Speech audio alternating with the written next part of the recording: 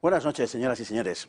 Verán ustedes, arrogarse la capacidad de enjuiciar moralmente otra época exige haber desarrollado la conciencia de que la de uno lo amerita. Sería por eso ineludible plantearse tal cuestión como primera providencia.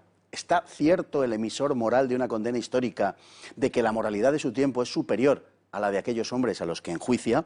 ¿Está seguro de que los supuestos morales que sustentan un tiempo en el que se han producido 2 guerras mundiales con casi 1 centenar de millones de muertos, un comunismo que rebasa con largueza esa cifra, o los que han hecho del aborto un crimen industrial con más de 1.000 millones de abortos en el siglo XX, son los criterios más adecuados para proclamarse los severos jueces de todo hombre en todo tiempo?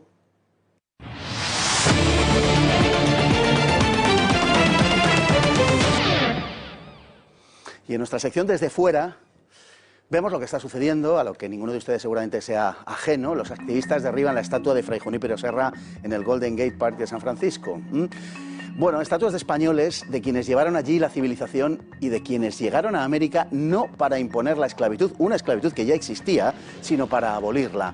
De la reina Isabel y de Fray Junípero hay que decir que fueron a América, como decimos, no para llevar la esclavitud. Llegaron a América para abolirla.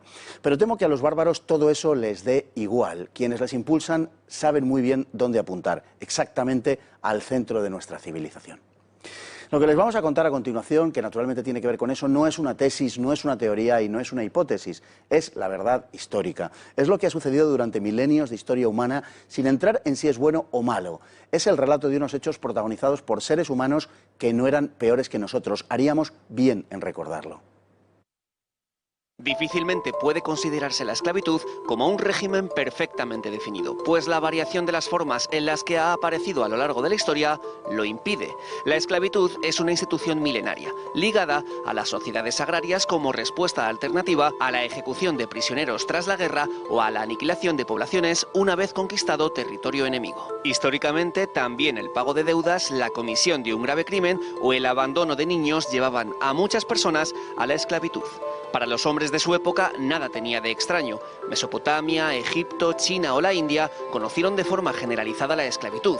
En un principio se trataba de una condición muy básica, por la que podía someterse al esclavizado sin excesivos miramientos, pero con el paso del tiempo se fue haciendo cada vez más compleja. Y en la antigua Roma llegó a estar minuciosamente legislada, presentando una enorme variedad social. Había esclavos que eran criados, pero otros eran profesores e incluso algunos detentaban cargos públicos, porque la esclavitud era una institución jurídicamente regulada. Aunque la condición de esclavo ha sido muy variable durante la historia, en cualquier tiempo las condiciones en que se desenvolvían los esclavos eran difíciles. El transporte mismo solía ser duro. Las caravanas que cruzaban los desiertos desde tiempo inmemorial arrojaban altos saldos de mortalidad, y los datos que tenemos de los navíos que transportaban a los africanos hacia América indican que moría entre el 10 y el 35% del pasaje esclavizado. Evidentemente, esta es una situación terrible en cualquier caso, pero conviene no olvidar que ese era el tono general de la vida en aquel tiempo. Por ejemplo, toda la población de Cartago fue esclavizada tras la victoria romana en la Tercera Guerra Púnica en el siglo II a.C., y lo mismo sucedió con la población cristiana de la Hispania visigoda tras la conquista musulmana del siglo VIII. A partir de entonces, los esclavos procedentes de tierras hispanas inundaron el mundo islámico, desde Bagdad a El Cairo y Trebisonda, y por supuesto el norte de África.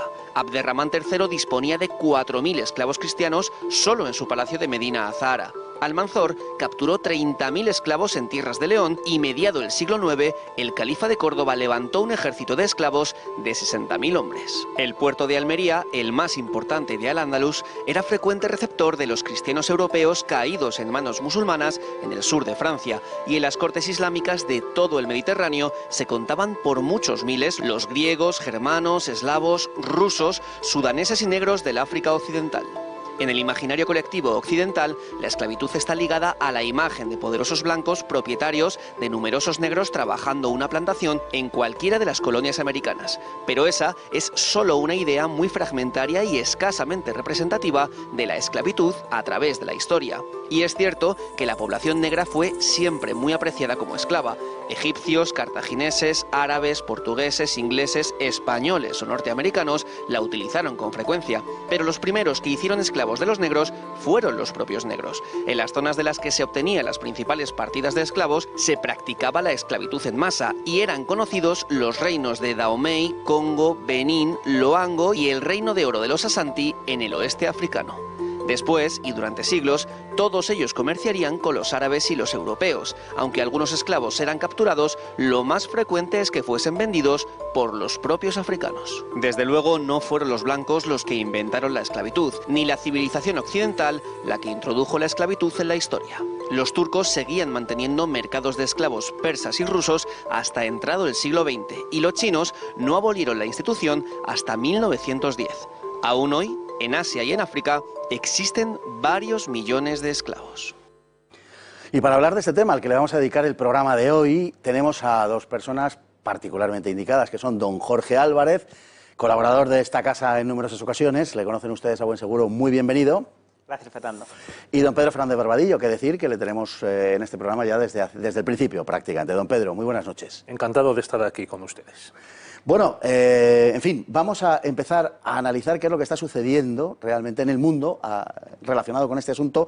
Y lo primero que tenemos que decir es que una de las vetas que subyacen detrás de todo, debajo de todo esto, es el puritanismo. Es un movimiento puritano lo que hay detrás de esto, es un movimiento muy característico del mundo protestante, podemos decir, que está pues, en la mente de unas personas que creen que el mundo se ha equivocado sistemáticamente hasta que ellos han irrumpido en él, ¿no?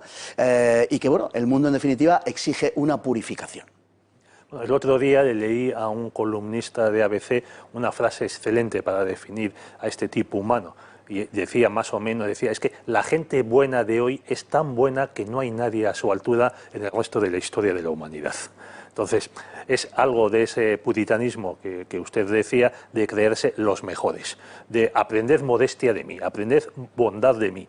Y entonces, si eso encima lo mezclamos con ese marxismo destilado que se está ahora insuflando en las universidades de Estados Unidos y también las europeas, más los programas lacrimógenos de las televisiones, pues ya tenemos a la gente movilizada, y siempre hay algún partido político detrás, pues para lanzarse como hordas de bárbaros a destruir estatuas que yo creo que no saben ni a quiénes representan. Es además un poco absurdo todo esto porque no hay una esclavitud a lo largo de la historia, sino que la esclavitud aparece de formas tan absolutamente variadas como cualquier otro fenómeno. Es decir, no podemos comparar la esclavitud de la época antigua ni siquiera con la de sus contemporáneos y tampoco con la esclavitud más reciente.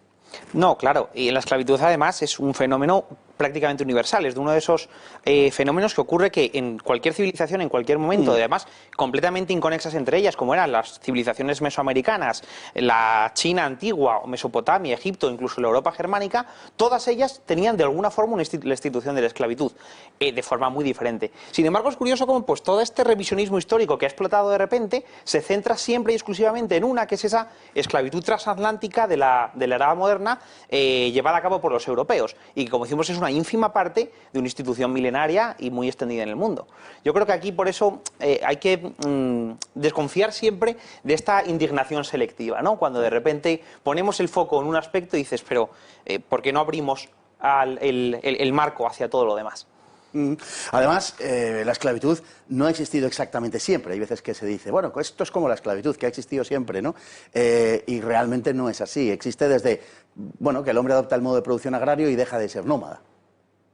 Cualquiera de los dos.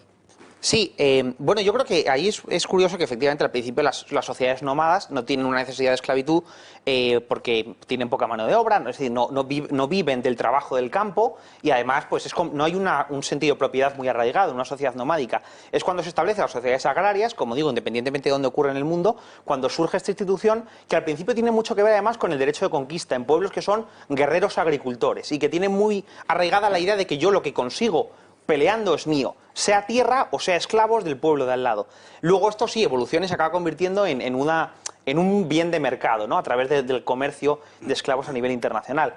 Y en este sentido es interesante, no es casualidad que prestemos ahora tanta atención a la esclavitud en la historia cuando ya la teoría marxista, Marx y Engels la consideraban uno de los modos de producción. Ajá, así es. En teoría marxista, ¿no? Se dice que el primer modo cuando se sale de la etapa nómada es la esclavitud, luego viene el feudalismo y luego la sociedad industrial hacia el capitalismo. Y esto sería como los distintos modos de opresión que Marx y Engels entienden. Algún cínico podría decir que la historia ha ido a peor.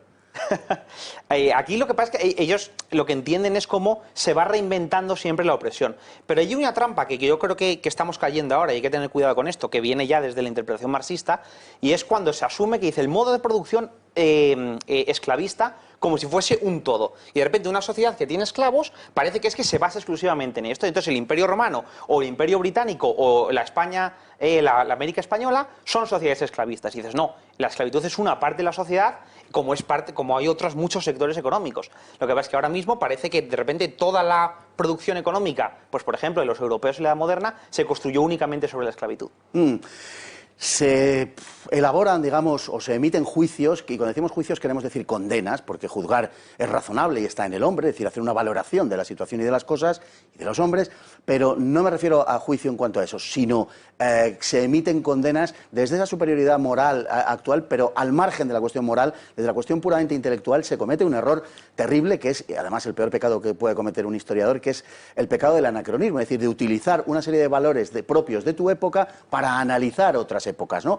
Así que, obviamente que la vida de los esclavos era muy dura, pero esa dureza hay que explicarla en el margen o en el conjunto de una vida enormemente dura, que era la de los tiempos del esclavismo, cualquiera que consideremos, donde la gente, pues, en fin, moría por epidemias, las mujeres morían en gran número en los partos, los niños también morían antes de los 3-5 años en grandes cantidades, los adultos perdían las piezas dentales con enorme dolor a mediados de la década de los 30, en fin, todo este tipo de cosas que eran reales, ¿no? Por ejemplo, Felipe II, el amo del mundo, tiene 4 mujeres. Las 4 mueren antes que él. Así es. Y de sus 8 hijos le sobreviven solo 2. Entonces, si esto le pasaba al rey más poderoso del mundo, pues que no le pasaría a mucha más gente. Y esta dureza de la vida, como usted mencionaba, pues también afectaba a los esclavos, que morían muchos en los trayectos que se hacían de África a América y de África a la India, a China, a Turquía, a los países árabes, que no nos olvidemos de ellos, pues efectivamente, pero de la misma manera, por el escorbuto y por otros problemas, también la mortandad de las tripulaciones de los chinos, de los árabes, de los europeos, era altísima. Es una situación que, vamos a ver, la vida humana empieza a mejorar precisamente a partir del descubrimiento de América, entre otros motivos, porque se empieza a distribuir, se empieza a repartir por el mundo un nuevo tipo de alimentos, por ejemplo la patata, que permite sobrevivir, la patata tiene muchísimas ventajas y ha salvado a millones de personas de la muerte por hambre, tanto en Europa como en Asia, y es este tipo de descubrimientos alimenticios y descubrimientos sanitarios los que van alargando la vida, mejorándola, y si luego ya eso le unimos la revolución industrial, que nace en Europa, no en otros continentes, sino en Europa, pues a más. Ahora bien, la sociedad industrial, la revolución industrial que comienza en Gran Bretaña, tiene muy poco que ver con la sociedad esclavista. En todo caso, se podría hablar de cierta acumulación de capital producido en algunas ciudades, pero precisamente quienes trabajan en las Islas Británicas, en Bélgica, en Holanda, en Francia, en las minas de carbón, en las siderurgias, en las plantas textiles, no son esclavos. No, desde luego. El problema es la comprensión de esto por parte de una generación que cree que Internet es un derecho, y de una generación para la cual la satisfacción de sus últimas superfluidades, en caso de que no se produzca, les causa un trauma y una frustración insuperable, ¿no? De hecho, entonces, claro, son incapaces de comprender esto. ¿Sí? Creo que ahí es muy importante entender, por eso, la mentalidad, ¿no? Y hablábamos muy bien de cómo no se puede enjuiciar el pasado desde la mentalidad actual. Ahora vivimos en una mentalidad en la cual estamos acostumbrados a reivindicar derechos y, sobre todo, tenemos una creencia igualitarista muy extendida. Todos pensamos el hecho de que pues partimos de unas condiciones de igualdad y todo el mundo merece lo mismo. Esta es una creencia muy reciente en la historia de la humanidad. La gente de la historia, a lo largo de las distintas civilizaciones, tenía una mentalidad en la cual había una aceptación muy grande de la suerte que te tocaba, y cuando decimos, ¿por qué no se rebelaba la gente contra la esclavitud? ¿O cómo podía la gente entender que la esclavitud era algo natural? Digo, bueno, en la misma sociedad que también aceptaba que había una casta nobiliaria y ¿no? o una sociedad de castas como en la India, o que había un estamento nobiliario y un estamento plebeyo como en Europa, era una sociedad en la que la gente aceptaba pasaba que pues unos nacían pobres, otros nacían ricos, unos nacían con más enfermedades, otros con menos, y esa aceptación de la vida, lo que la fortuna me dé, también entraba en la esclavitud. De hecho, por ejemplo, si uno lee a Séneca, en sus escritos sobre la esclavitud, Séneca lo que dice es: el esclavo es tan ser humano y tan digno como cualquier otra persona, solo que, dice, la fortuna le ha relegado a la condición de esclavo. Eso no le quita lo que él recomienda y él tenía esclavos y sus amigos tienen esclavos, dice, eso no quita que podamos tratarlos como seres inferiores, pero tampoco entiende que sea malo que un esclavo sea esclavo, porque sencillamente es lo que le ha tocado, como una persona le ha podido tocar, en cambio, ser un campesino, o una persona le ha podido tocar, pues ser aristócrata. Bueno, si me permite añadir, don Fernando, mencionando el cambio de mentalidades, yo creo que a los hidalgos españoles del siglo XVI les costaría mucho admitir que nosotros en el siglo XXI admitamos pagar más de la mitad de nuestros ingresos al Estado. Por ejemplo. Por eso hay que comprender las épocas y no enjuiciarlas en el sentido de condenarlas, porque eso además lleva implícito el hecho de que uno se considera con una moralidad superior que aquellos a quien juzga, y esto es lo que hay que poner en duda. Bueno, la primera esclavitud a gran escala de la última época histórica la desarrolló el mundo musulmán, que se calcula que solamente con respecto a África esclavizó el doble de personas de las que esclavizaron los europeos, y además una gran parte de la esclavitud musulmana no era de negros africanos, sino de blancos que obtenían desde la península ibérica hasta la balcánica, pasando también por rusos, por persas, varias decenas en todo caso de millones de esclavos en manos musulmanas durante muchísimos siglos. Bueno, es que además hay que decir que esta esclavitud islámica comienza en el siglo VIII y dura hasta nuestros días, hasta bien entrado el siglo XX, y hay quien sospecha que en determinados países de la península arábiga y de África, de base de religión musulmana, se sigue manteniendo. Había unos estados en el Golfo Pérsico, no sé si son los Emiratos Árabes Unidos, que tenían el nombre de Costa de los Piratas. Sí. ¿Qué se dedicaban a hacer? Pues, hombre, por supuesto, a asaltar buques, pero también a hacer esclavos para su uso y para luego su venta. Los musulmanes pues, son los primeros que convierten la esclavitud en un negocio industrial y que se extiende pues, por todo el mundo conocido. Tienden redes desde el África subsahariana hasta Escandinavia, y usan como lugares de concentración de esclavos, pues, por ejemplo, la ciudad de Verdún, por ejemplo, puertos en todos los puertos del Mediterráneo, Trípoli y similares. Y desde ahí pues venden los esclavos, incluso tenían en Córdoba una factoría para crear eunucos. Por supuesto, en la fabricación de ese individuo, pues digamos que los defectuosos eran muchos y la mortandad pues era altísima. De eso parece que no se habla. Bueno, yo creo que para que veamos un poco la importancia de esto, en España nos toca muy claro, porque durante siglos uno de los grandes problemas de España, como de todos los países del Mediterráneo, fue las incursiones piratas desde el norte de África, los estados berberiscos, que atacaban los pueblos de la costa de Italia, de España, del sur de Francia, para llevarse esclavos que vender luego en los mercados de Marruecos, en los mercados de Argelia o de Túnez. Y, por ejemplo, si uno va ahora mismo a Marbella o pueblos del Levante o Mallorca, como Sóller, tenemos el pueblo nuevo en la costa y el pueblo viejo. El pueblo viejo está en las montañas, porque durante siglos los europeos del sur del Mediterráneo no podían vivir en la costa por miedo a las incursiones de los piratas musulmanes, que tenían un negocio de esclavos por todo el mar Mediterráneo. Y esto fue una lacra de la cual en Europa no nos libramos hasta principios del siglo XIX. De hecho, es una de las razones de la persecución a los moriscos dentro de la península ibérica durante la época de los Austrias. El hecho de que era una quinta columna de los piratas que además reducían a esclavitud a las poblaciones a las que atacaban.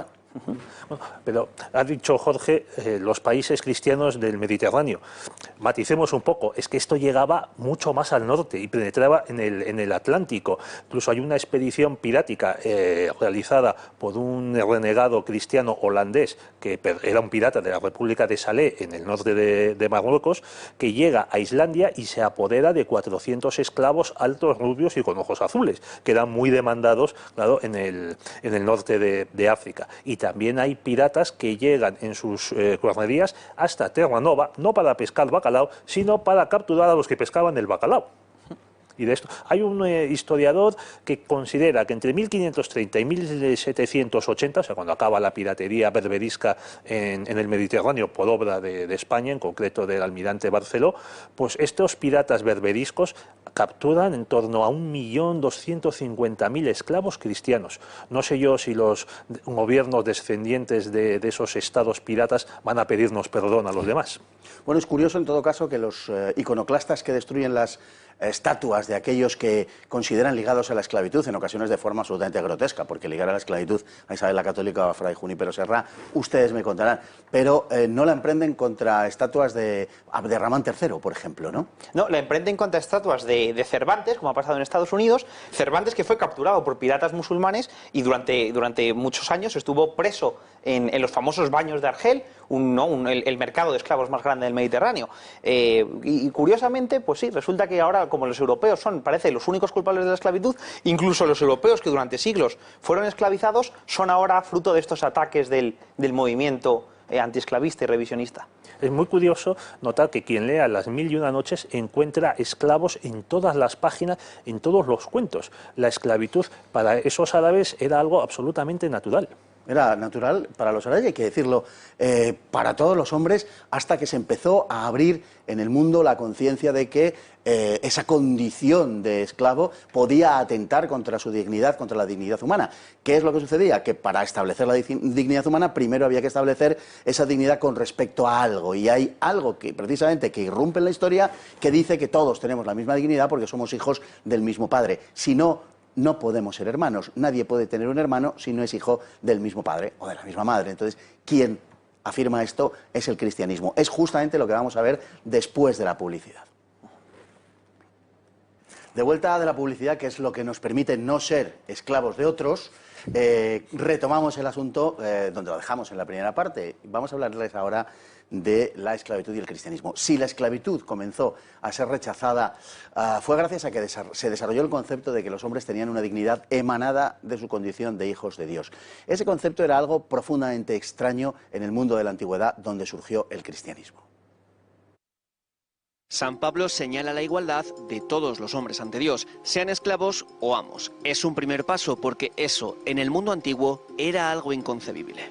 A finales del siglo II, el Papa Calixto I, él mismo, nacido esclavo, declara válidos los matrimonios entre esclavos y libres, lo que era visto como una aberración en su tiempo. Y la patrística posterior sacará las consecuencias de la anterior afirmación paulina. San Gregorio Nacianceno, en el siglo IV, declara incompatible la esclavitud con el cristianismo.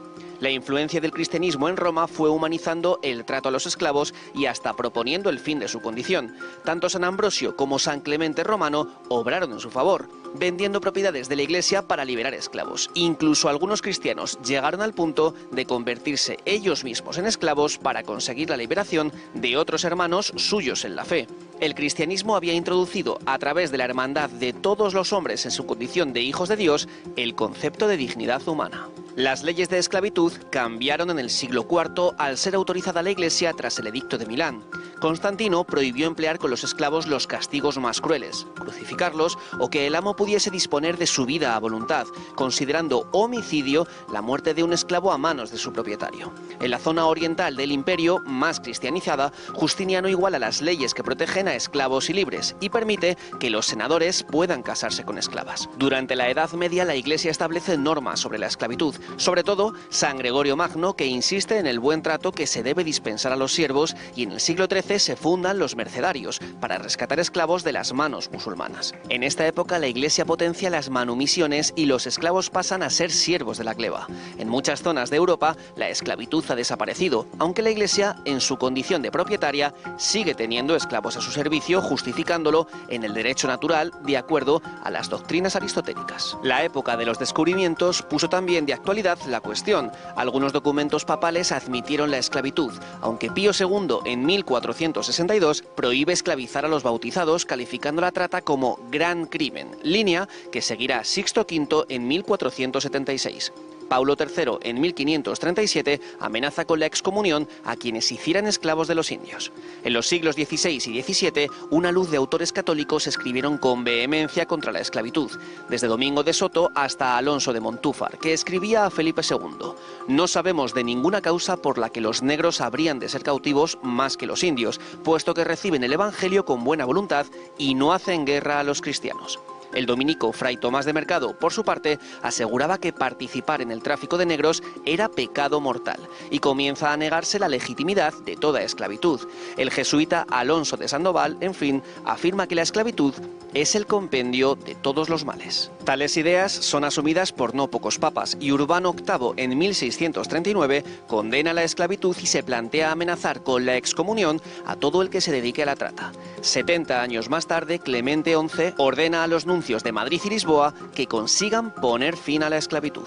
Ciertamente, desde la segunda mitad del siglo XVIII, la Iglesia cedió en esta cuestión ante el empuje de los nuevos tiempos enciclopedistas y liberales, pero como ha escrito el gran historiador de la esclavitud, Hugh Thomas, refiriéndose a la Iglesia católica, es difícil no sentir que hacia el 1600 había bastantes voces hostiles para haber terminado con el tráfico en el espacio más o menos de la siguiente generación, si no se hubiese producido la entrada en el negocio de los protestantes del norte de Europa. En cualquier caso, había sido el cristianismo quien preparase el terreno para la comprensión de que todos los hombres comparten una misma dignidad. Bueno, esto nos lleva al punto de tratar de comprender por nuestra parte el mundo en el que se desarrolla el cristianismo, diciendo que el cristianismo era algo perfectamente antinatural para el mundo de la antigüedad, que se basaba fundamentalmente en la desigualdad de los hombres. Bueno, es que un papa, como se ha comentado en el vídeo, pueda ser un antiguo esclavo, claro, tenía que sorprender y mucho a los romanos, a los griegos y por supuesto a los bárbaros. Ningún César descendía de esclavos. Eso es para mí obvio. Y también tuvimos pues papas, que hoy parece inconcebible, papas africanos y papas asiáticos. Bueno, pues una de las muchas sorpresas que nos depara un estudio desapasionado de la antigüedad. Bueno, había sido el cristianismo, como lo demuestra su evolución primera y las palabras del propio San Pablo, quien prepara al mundo en este sentido, en el sentido de rescatar la dignidad humana, afirmando esa igualdad entre todos los hombres a los ojos de Dios, con independencia de que adquiriese diferentes formas de tipo social, lógicamente, pero primero está la comprensión de carácter moral e intelectual de esa igualdad de los hombres. Su concreción social viene después. Exacto, y aquí es muy importante entender por qué la crítica de la Iglesia en los primeros siglos del cristianismo fue siempre hacia la desigualdad en el trato hacia el esclavo y no hacia la esclavitud como institución, pero por la misma razón por la que tampoco se criticaba pues la servidumbre feudal como institución, claro, o como no se criticaba que hubiese ricos y pobres, porque se asumía, como decía antes, una mentalidad muy de mundo antiguo, muy contraria, ¿no?, al igualitarismo postrevolucionario. Se asumía que pues existían distintos estados naturales para las personas. Lo importante era que la dignidad de todos fuese respetada independientemente de que uno fuese más o menos dentro de la escala social, y por eso las proclamas de San Pablo y de todos los santos y papas de la Iglesia son siempre a que al esclavo se le trate con la exacta y la misma dignidad con la que se debe tratar a una persona libre, porque en el fondo es un ser humano como la persona libre, es un hermano como cualquier otra persona libre, aunque su situación social sea distinta. De hecho, la esclavitud subsiste subsiste hasta el día de hoy realmente, pero quiero decir que a lo largo de la Edad Media también subsiste como institución, aunque también, digamos que la menor efervescencia económica y el retraimiento económico de esa época, por lo menos hasta la Alta Edad Media, hace que se convierta en una institución más o menos en desuso, salvo en el mundo escandinavo y en el mundo mediterráneo. Pero en el mundo mediterráneo se debe a que convivía, podría decirlo de alguna manera, con el mundo islámico. Claro. Si en España, la España de los Reyes Católicos, hay esclavos, es también porque es lo que se encuentran o con lo que se relacionan los cristianos españoles desde siglos antes con Al-Ándalus. O sea, eran muy frecuentes, se han mencionado también las aceifas de Almanzor sobre el mundo, los reinos cristianos españoles donde se hacían esclavos. Y cuando se entra en Granada por parte de los Reyes Católicos también se encuentran esclavos cristianos. Luego, claro, pensemos cuál era el comportamiento de mucha gente, sobre todo la más sencilla, en esa época. Dice, si estos tienen esclavos, que además son nuestros hermanos en la fe, porque yo no voy a esclavizar a quien esclaviza a otro cristiano. Y es llamativo la influencia también que tiene, sobre todo en el auge de la Edad Media, en el siglo XIII, el redescubrir a Aristóteles, que lo descubren los musulmanes primero, y les influencia muchísimo, y luego a la civilización cristiana europea. Y claro, Aristóteles es un férreo partidario de la esclavitud, que hace una defensa racional de por qué la esclavitud es una institución natural. Y esto evidentemente tiene una transmisión en los filósofos medievales, tanto musulmanes como cristianos, que cuando toman a su referente filosófico y ven que él defiende la esclavitud, pues se plantea hasta qué punto es cierto que es una institución natural. Habría que preguntarse ahora si entonces con este revisionismo histórico, vamos a borrar a Aristóteles de todos nuestros programas educativos por ser un esclavista. Creo que por ahora no se ha propuesto, pero seguro que a alguien se le ocurre. No tenemos ideas. Hay algunas tesis que apuntan, creo que con bastante certeza, que apuntan al hecho de que la esclavitud fue en la España visigoda y en los reinos cristianos subsiguientes a la invasión musulmana, fue una institución bastante poco significativa, relativamente, y que fue precisamente, digamos, el contagio de las actividades musulmanas de esclavizar a la población en su conjunto, o en gran medida de la península ibérica, lo que llevó a que los repobladores cristianos, a su vez, al descender hacia el sur, hicieran esclavos de toda la población musulmana que se encontraba en aquellos sitios. Es decir, que si eso fuese así, significaría que era una actitud imitativa de la actitud de los musulmanes. Hombre, es que el tratamiento que dan los cristianos a los musulmanes está copiado del que daban los musulmanes a los cristianos, a los mozárabes que vivían bajo su yugo. Vamos, el trato que recibían los dimíes, teniendo que pagar un impuesto especial, la yicha, y además en unas condiciones de humillación constante, pues claro, afectaba la imagen que tenían los cristianos de esos musulmanes, sobre todo con las grandes migraciones que hay de mozárabes al norte del sistema central, pues en la alta Edad Media. Entonces, es que, como dicen algunos estudiosos, la humillación que recibían los cristianos supuestamente libres en Al-Ándalus, la Al-Ándalus de los Omeya, era mayor de la que podían tener los esclavos bajo esos mismos amos. Es después de todo este periodo, y a partir, como bien dices, del redescubrimiento de Aristóteles, primero por fuentes árabes, después por fuentes cristianas, en el caso cristiano a partir del siglo XIII, que es el gran momento de la escolástica, Santo Tomás, a partir de ahí, digamos, es continuado por los grandes descubrimientos. Son los grandes descubrimientos geográficos los que reactivan una institución que desde la época romana realmente había quedado como una institución bastante, en términos generales y sacando un poco el ámbito mediterráneo, bastante marginal. Pero a partir de los grandes descubrimientos, las necesidades económicas de tipo objetivo son las que disparan la esclavitud, el tráfico de esclavos, la trata.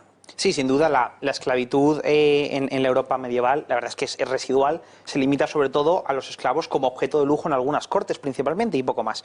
Cuando reaparece la esclavitud con mucha fuerza en el mundo europeo es cuando los portugueses comienzan sus expediciones hacia África y entran en contacto con el lucrativo mercado de esclavos que tienen los reinos africanos y también los traficantes bereberes a través del Sáhara, y entonces los portugueses empiezan a importar esclavos de África como un negocio para sacar provecho de estas expediciones. Pero sobre todo se va a hacer fundamental cuando los europeos, los españoles y los portugueses llegamos a América y establecemos el modelo de plantación.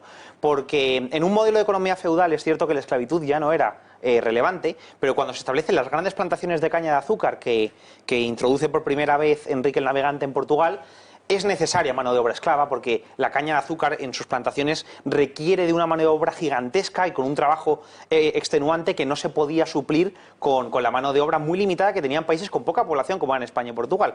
Y aquí es cuando entonces la esclavitud africana se convierte en fundamental para sacar adelante las plantaciones que tienen primero los españoles y los portugueses y luego también franceses, ingleses y holandeses en América. Es importante entender también algo que has apuntado y es la escasa población de los países de Portugal, clarísimamente, pero de España incluso tanto o más proporcionalmente, porque efectivamente América a lo largo de un siglo pues, están emigrando algunos pocos centenares de miles de españoles y de portugueses en la parte que les toca, es decir que es algo que nos explica en gran parte la necesidad económica objetiva de conseguir ese tipo de población, dado además que los indios tienen prohibida la reducción a esclavitud? La demografía es clave porque en las provincias del Imperio Español en América, donde sí que hay una población muy grande, como es el Virreinato de Nueva España, México, o como es el Perú, no hay prácticamente esclavitud, porque la mano de obra es abundante y los indios cuya esclavitud está prohibida suplen la necesidad del mercado.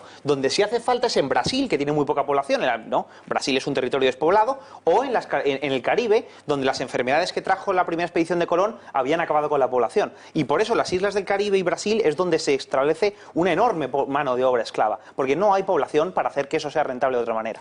Yo quiero añadir que los ingleses se encuentran con el mismo problema que ha mencionado Jorge en sus colonias, las 13 colonias del norte de América y en el Canadá.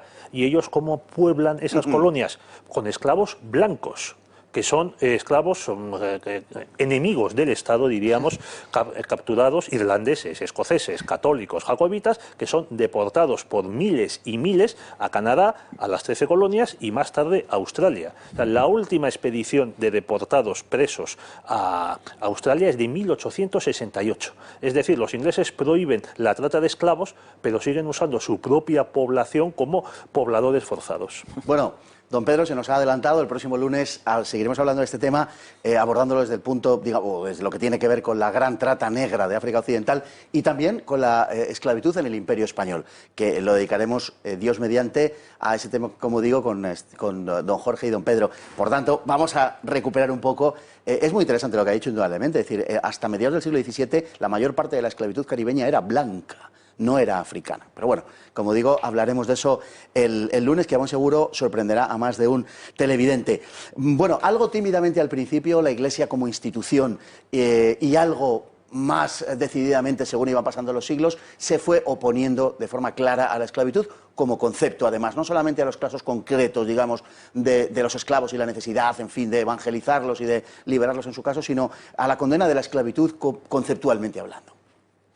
Es verdad que la verdad es que hay una inconsistencia muy grande en la postura del papado durante estos siglos de los grandes descubrimientos con respecto a la postura de la esclavitud, y dependiendo del papa va dando vaivenes, también por una cuestión importante, y es que hay que recordar que el papado del Renacimiento es un papado muy débil, es un papado políticamente dependiente de otras potencias y que no tiene una capacidad de ejercer una influencia grave realmente sobre los reinos europeos. Y esto hace que tengamos bulas muy distintas y, pues, por ejemplo, en una de ellas sobre Canarias, ¿no? En Sicut Dudum, el papado en el siglo XV establece que se prohíbe la esclavitud de la población canaria por parte de castellanos y portugueses, pero sin embargo, unos pocos años después, una bula distinta, Dum Diversas, le da permiso al rey de Portugal para hacer esclavos en todas aquellas poblaciones que no sean cristianas. Y luego, un siglo después, en cambio, tenemos otra bula también, la de 1537, fundamental, ¿no? Sublimis Deus, que prohíbe la esclavitud de indios en toda América, pero sin embargo no menciona la esclavitud de los africanos. Entonces es cierto que nunca llegó a haber una doctrina muy consensuada, pero siempre hubo como estos intentos de limitar e ir reduciendo la influencia de la esclavitud en los reinos cristianos. Había una idea de la que, ahora me adelanto yo, a lo que hablaremos el lunes, pero había una idea, y es que, dado que el principal negocio, como se decía entonces, el principal objetivo y propósito de toda actividad humana no podía ser más alto que el de salvar un alma, era, por tanto, justificable la esclavitud de los negros africanos, puesto que a través de ella conocían la salvación. Dicho de otra manera, era mejor la condición esclava de un negro africano que su condición libre, puesto que la primera le situaba más cerca de la salvación. Pero eso no es exclusivo de los cristianos, los musulmanes también pensaban así. Es como de la misma manera que la esclavitud era una institución general, universal, pues también esa creencia en los beneficios para el más allá también era general en la humanidad de ese momento. En cambio ahora, pues esto nos parece absurdo, pero hay tantas cosas nuestras que dentro de 2 siglos parecerán absurdas y no criminales a los que nos sucedan. Y espero que menos de 2 siglos. Nosotros hemos vivido los bombardeos humanitarios, sin ir más lejos, en el sacrosanto nombre de la democracia, por ejemplo, ¿no? Y parece, por tanto, justificado. Es decir, que puede trazarse un paralelismo sin forzarlo demasiado. Y es cierto que esta doctrina siempre tuvo algo de intentar justificar una necesidad económica, sobre todo, ya digo, Portugal, que era el reino que más necesitaba la esclavitud, y hubo propios papas que se pusieron, y por ejemplo, en el caso español es muy distinto. En el caso español lo que se dice es la evangelización de los indios impide su esclavitud. Entonces es cierto que tampoco tenemos aquí una doctrina consistente, porque el modelo de colonización española lo que dice es, como los indios están abiertos a ser cristianizados, no se les puede esclavizar, sino lo que hay que hacer es incorporarlos como súbditos cristianos del rey. Es cierto que, ya digo, aquí las consideraciones también económicas de reinos muy distintos, como es España o Portugal, influyen mucho en el modelo que siguieron a la hora de colonizar sus imperios. Ciertamente. Para el siglo XVII, como dice Hugh Thomas, que es un historiador recientemente fallecido de origen inglés, que es británico, la trata estaba muy cuestionada en el mundo católico y probablemente hubiera sido cuestión de tiempo, de poco tiempo, el que hubiera sido abolida. Dice Hugh Thomas, repito, que fue el impulso de los comerciantes del mundo protestante europeo el que congeló la situación y la demoró durante siglo y pico, impidiendo de este modo que hubiera sido abolida antes. Es que en el Tratado de Utrecht los ingleses pelean por conseguir el asiento de negros. Así es. Muy curiosamente, un siglo más tarde, los propios ingleses son los que promueven la abolición de la esclavitud. Hombre, es cierto que hubo varias asociaciones cristianas y filantrópicas que promovieron ese cambio en la sociedad británica. Los cuáqueros, entre otros, por ejemplo, fueron muy activos. Y un presidente de Estados Unidos fue cuáquero, Richard Nixon, que nació en una familia de cuáqueros. Pero hay también otro factor económico que no nos podemos olvidar en este asunto, y es la independencia de Estados Unidos, que era el mayor demandante de esclavos dentro del mundo anglosajón. Entonces, también podemos encontrar una especie de que se fastidien los demás, que si nosotros ya no tenemos esclavos, que tampoco lo tengan otros. De todas maneras, hay que reconocer que quien consigue la expansión de la prohibición de la esclavitud en el siglo XIX es Gran Bretaña, aunque cometiese otras barbaridades, pues por ejemplo, como las guerras del opio en China. Sí, es verdad que en lo que ocurre en el siglo XVII, como comenta Thomas, es que se produce en general un relevo de la gran actividad en el Atlántico, en el que las potencias protestantes reemplazan a las católicas. Y entonces, de repente, la trata de esclavos se convierte en un negocio principalmente de holandeses, que se lo quitan a Portugal, y luego de ingleses, que, como bien comentaba Fernando, se hacen con la exclusiva del monopolio de los negros en el Atlántico en el Tratado de Utrecht. Y durante 2 siglos, siglo y medio, por lo tanto, son holandeses e ingleses los que van a llevar a cabo el negocio de la esclavitud. Muy cierto, ¿no?, de justicia reconocer también, como comentábamos, que es al final el mundo protestante, concretamente, realmente, el mundo anglosajón, el inglés, el que alza la voz finalmente contra la esclavitud y consigue su abolición definitiva. Es curioso que también sucede eso cuando empezamos con el proceso, digamos, de revolución industrial, es decir, cuando empieza a dejar de ser rentable, porque la cuestión agraria no es la que dirige la economía, sobre todo de Gran Bretaña. Pero bueno, en fin, parece que en el último siglo sobre todo se bailó al son que tocaron los anglosajones, demostrando también por esta parte que eran la potencia mundial. Seguiremos con esto el lunes que viene, Dios mediante. Muchísimas gracias, don Jorge, muchísimas gracias, don Pedro. Creo que ha sido muy ilustrativo. Y nos vamos por hoy con la frase del día, que dice así: cada época tiene su propio contexto social, su propio clima, y lo da todo por sentado. Desdeñarlo, empleando términos como racional, supersticioso, progresista, reaccionario, como si solo fuese racional lo que obedece a nuestras reglas de razonamiento, y solo fuese progresista lo que apunta hacia nosotros, es peor que una equivocación, es una vulgaridad. Hugh Trevor Roper. Muy buenas noches.